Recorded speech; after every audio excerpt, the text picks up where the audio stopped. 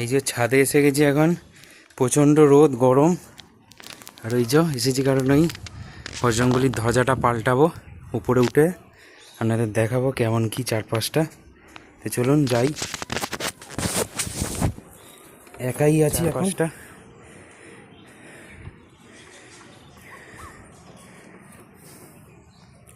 এই যে চারপাশটা আমাদের এইটা, চারদিকে অনেক গাছ আছে, দূরের ইট ভাটা আছে আমাদের এখানে অনেক ছিল, এখন অনেক বন্ধ হয়ে গেছে। আর এই যে ধ্বজাটা 2 বছর হয়ে গেল, প্রায় 1.5 বছর। এটা খুলে দেবো আর এইটা লাগাবো। বজরংবলির ধ্বজা উঠছে পতপত করে, লাগানো হয়ে গেছে। প্রচণ্ড গরম, মেয়েটা এবারে তেতে আছে, পাগুলো রাখা যাচ্ছে না। এই যে পতপত করে উঠছে, নিচে নামবো।